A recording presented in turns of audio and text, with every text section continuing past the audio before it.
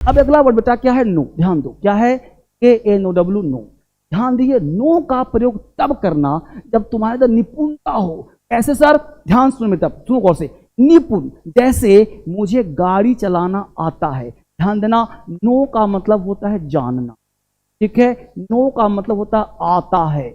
आता है मतलब वो आता कम नहीं, आता है मतलब जानता हूं, है ना।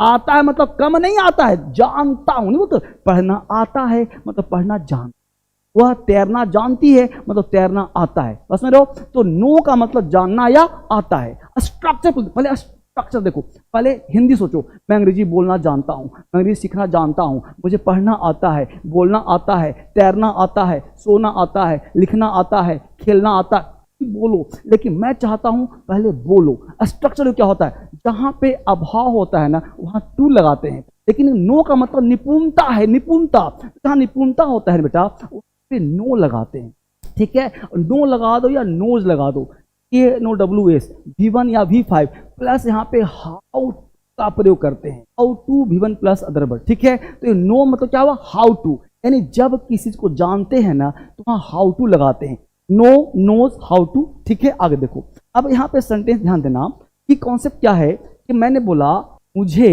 पहला एग्जाम्पल ध्यान, मुझे अंग्रेजी आती है या आता, जो बोलो मुझे अंग्रेजी आता है, ठीक है। अब आता है तो मतलब क्या? मैं अंग्रेजी जानता हूं, ये ना होगा जी, मुझे अंग्रेजी आता है जानता हूं। तो यहां पे हाउ टू नहीं, हाउ टू आएगा जब दो वर्ब को जोड़ेगा। जैसे मैं यहां पे बोलूं एग्जाम्पल कि मुझे, ध्यान देना सब लोग, मुझे अंग्रेजी बोलना आता है, मुझे अंग्रेजी बोलना आता है। अब देखो, मुझे अंग्रेजी आता है या मैं जानता हूं, तो बोला हमने आई नो, आई नो। अगर बोले तुमने कि अंग्रेजी आता जानता हूं, आई नो हाउ टू बोल दिया तो गलत होगा, आई नो इंग्लिश, ऐसे ही होगा। लेकिन मुझे अंग्रेजी बोलना आता, देखो एक हुआ जानना, आता मतलब क्या? मैं अंग्रेजी बोलना जानता हूं, समझो कॉन्सेप्ट हो। जानता हूं तो बोलना और जानना दो वर्ब है ना, तो बोलना भी और जानना भी। तो हमने कहा आई नो, ठीक है। यहां लगाया हमने how to, I know how to speak English, I know how to speak English, I know how to speak English. मुझे अंग्रेजी बोलना आता है, I know how to speak English, यह सही होगा।